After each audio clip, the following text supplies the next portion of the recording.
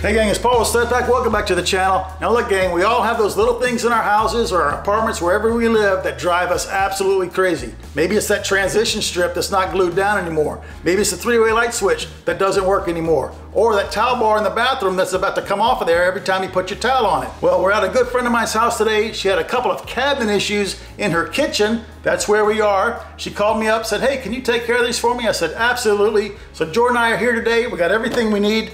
Let's try to knock it out.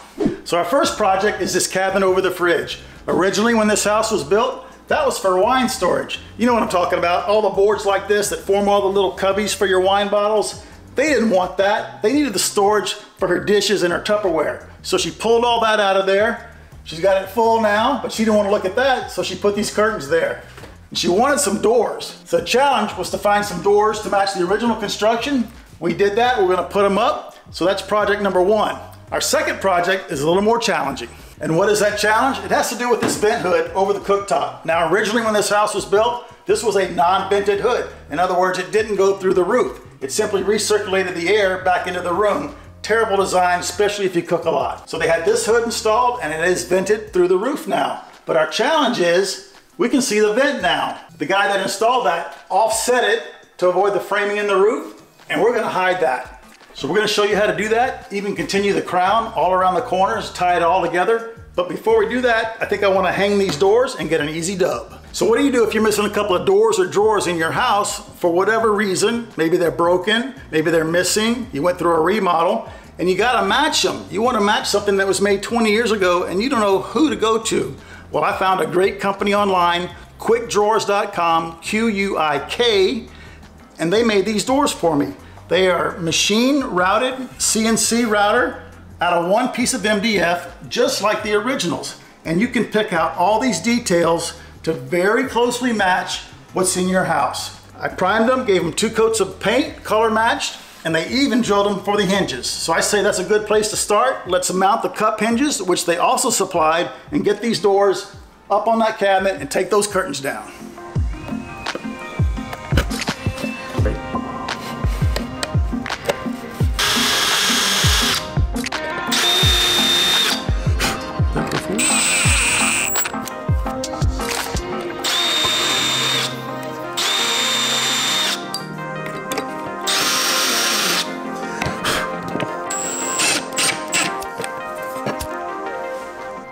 All right, the hinges are on, and now while they're on the ground, so to speak, why don't we go ahead and drill the holes for the knobs. I am 2 3/4 up from the bottom, and we're centered on the stile. Nothing 5/16.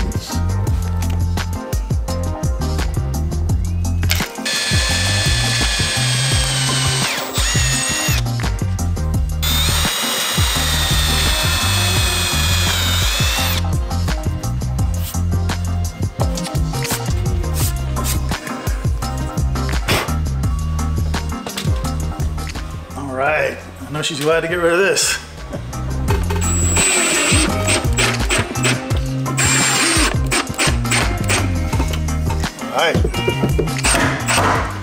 All right, doors are hung. Let me close them, make sure they don't hit each other, and then we'll grab the Phillips screwdriver. Ooh, look at that. And now we'll adjust this. You see how it's lower here on the right-hand door? They're touching there. We can adjust all that with these hinges. And we are done with that one. Let me head out to the truck and get the Phillips screwdriver. All right, that looks incredible. A lot better than that curtain that was there. Now the 2 knobs, the owner's gonna take care of that, so we are done. So check out this little corner detail. Jordan and I picked up on this. Look how clean and crisp that one is off the new door. But come over here to the existing doors and see how it's rounded over. I guess it's quite a difference when you're doing thousands and thousands of doors to take that extra step and go from this to this. All right, those are done. We always like to start the day off with a W in that win column. Got that checked off. Now let's head over here to this hood and do something a little bit more challenging. All right, gang, here's the vent cover that I made. It's just 3/4 inch plywood. It's what I had. You can use whatever you have. 1/2 inch plywood, even MDF will work. Just miter the edges on my table saw, so we have a folded edge there. It's gonna look great and match the rest of the kitchen. Now here's the front. We've got a miter on each side. Now this is a little wider than it needs to be. So let's head up on the ladder and I'm gonna show you why. So remember earlier we said the ductwork was offset? probably to miss some of the framing in the attic. That way they didn't have to cut the framing. Well, that's the easy way to do it, and that's the best way to do it. But we can't have our cover, our duct enclosure offset. We want it to line up with the cabinets. So I'm going to find the center of the cabinets and find the center of this board and line it up. That's why this is wider, to accommodate the fact that the duct is offset. So let's find the center of this crown molding and the center of our board and start putting this thing together. 30 and 7.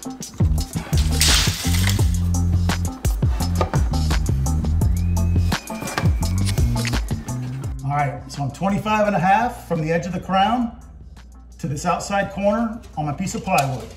Now I've got the piece of plywood spun around, and I'm gonna measure that 25 and a half back here.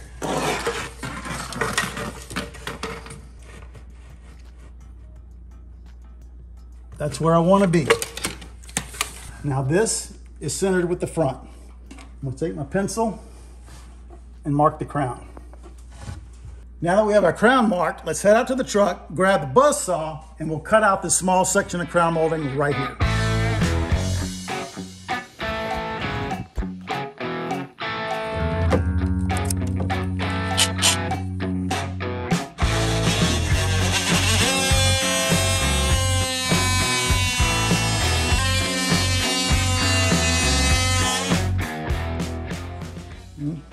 Too bad. That's pretty good, dude. Yep. All right, let me move the ladder and we'll do that side. What? I'm just zoomed way in, dude.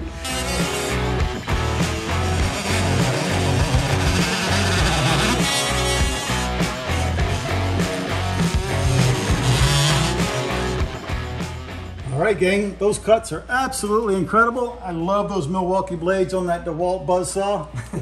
Now let's get our utility knife, cut through the caulk, and try to get out that little piece of crown.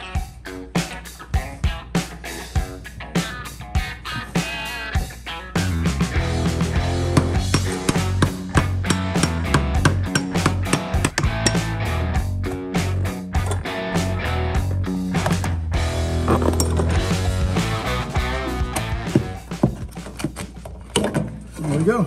Extraction completed. Let's slide this in there and see if it fits. Nice, that fits perfectly. Now that's gonna ensure that the sides come straight off the wall at a 90 degree and meet this one at a 90 degree. If this fits here, it fits out here, sides are gonna be square and parallel. All right, let's go out to the truck, get the vacuum, Jordan, clean up a little bit of the sawdust that's been here for a while. Nice clean place to work, and we'll start putting this thing together.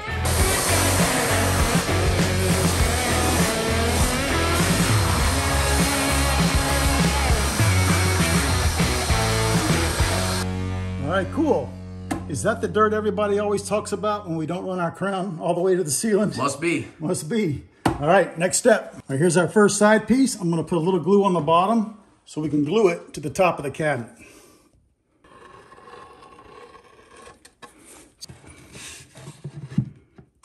Now we're tight against the wall. We're tight against the crown. We're gonna get it square right there. Now I'm gonna get behind here with my nail gun and nail this piece to the crown from the back side. Like, I don't have any sense of like depth. I don't want it to blow out. It probably will. Nice. One more, or we better call it good, huh? Yeah, no. All right. Now that we've got the top nailed to the crown, I'm gonna get inside the cabinet and shoot up into this piece and really secure it. All right, rinse and repeat on the left-hand side. Oh my gosh. I don't know, dude. I don't know if I can get it out. There we go. See how we're doing here? Yep, good. Good. I hope my depth perception is working well today because I don't know where that nail is. Got it. I'm gonna do another one. I'm feeling good. Got it. All right, this is going pretty smooth so far. Let's see if we can keep it going. These two are nailed off at the crown, remember, and glued at the bottom. I'm gonna put some glue on both of these miters, slide that in place, and then pin the miters together. I'm gonna pin it up high so the nails are hidden by the crown, and I'm gonna pin it down low.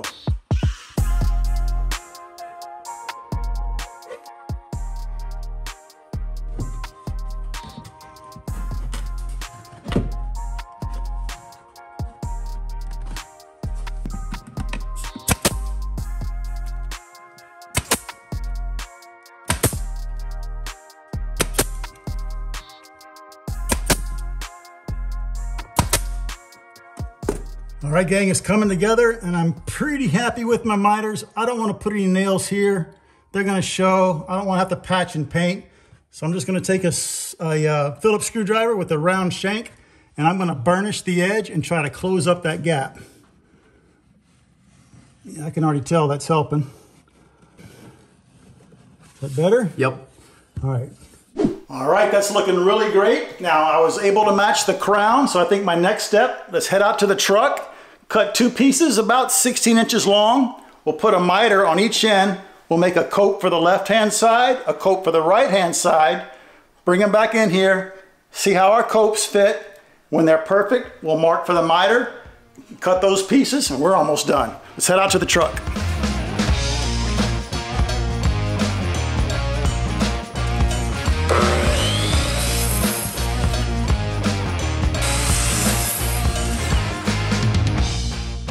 Look at that. That's so much better than that old junk blade we had on there. Nice.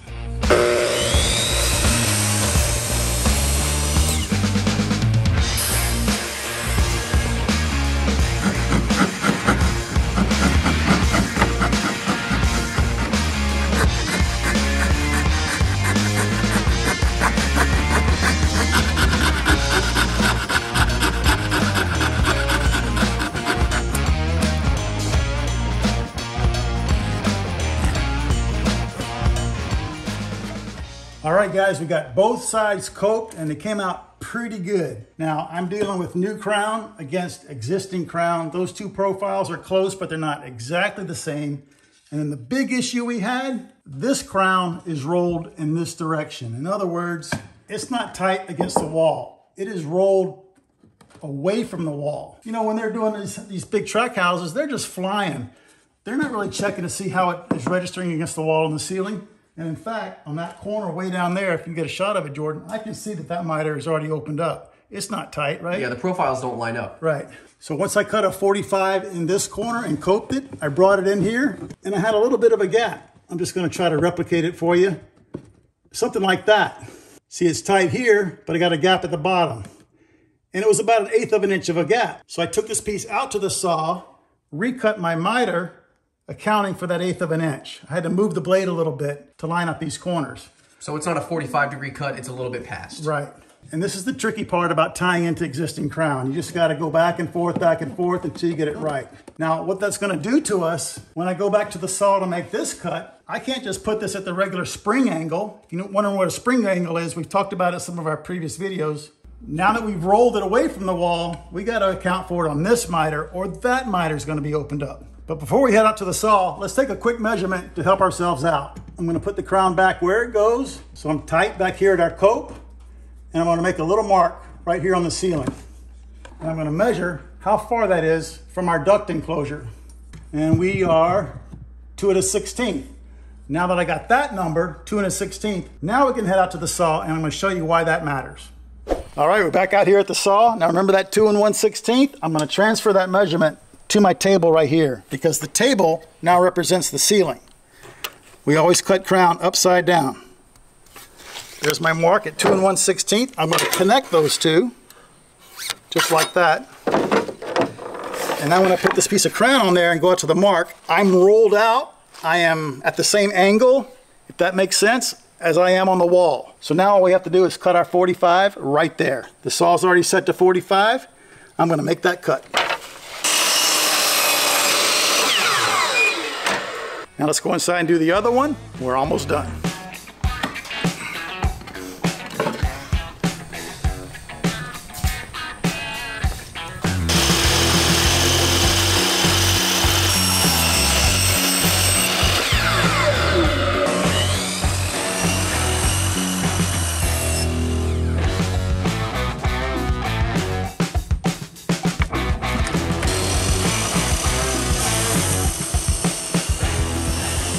Let's go see how we did. That looks really good. Yeah. During the split seconds where you have it where you want it, right, it looks really good. And that's awesome. I'm pretty happy with that. Let's bring it outside and glue it together. All right, gang, back out here at the truck. We're gonna glue our crown together. We're not gonna put any nails right here. And we're gonna glue it with our Starbond CA glue. If you guys haven't tried this, it is absolutely phenomenal. You gotta get on board the CA train. I was late, but I'm glad I hopped on. Watch how nice this works.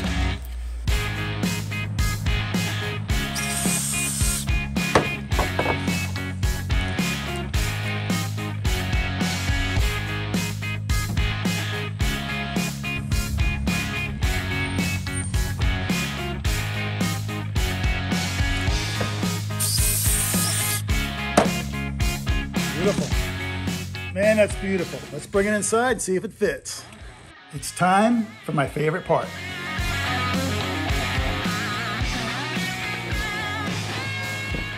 Whoa, beautiful. All right, a few nails from the crown into the plywood, a little bit of caulk, a little bit of paint, and we are done.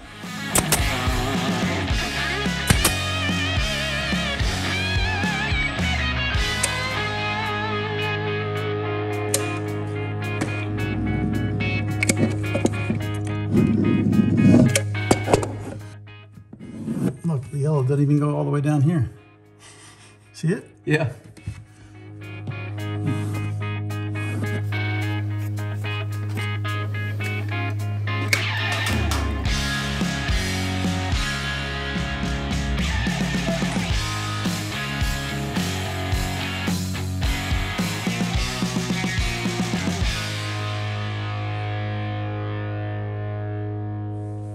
Man, I am pumped about the way that came out. I was really anxious this morning about making those copes work, but it looks fantastic. It looks stock. It looks like it was put in the day the cabinets were put in, right? Now, one of the things about having a YouTube channel, you gotta put your work up close and personal for everybody to see, and I can already hear all the finished carpenters typing their comments. Yeah, caulk and paint make carpenters what he ate, right? Well, this came out pretty good, but honestly, there are a couple of ways, a couple things I can do to make it even better. Now, this miter fold wasn't perfect. It's hard to get 1/2 degree bevels on my saw stop. I need one of those Wixie digital gauges so I can get a 45.5 degree cut or whatever I need. Also, you know, Jordan said, Dad, I think it's time you need to retire that coping saw. That thing's kind of old. A lot of guys do it with a flap disc. So if you guys use a flap disc, let us know in the comments below what kind you use. I'd really appreciate that, because that crown was pretty hard to coat. Some parts were really hard, and then I'd get into that grain. It was like balsa wood, and the saw took off. And while you're down there leaving us a comment about how you get your perfect copes, go on down there and cope that like button for us and smash it. Leave us some of your own tips and tricks like we said, and subscribe if you haven't already. That means the world to me and Jordan, and we will see you on our next video.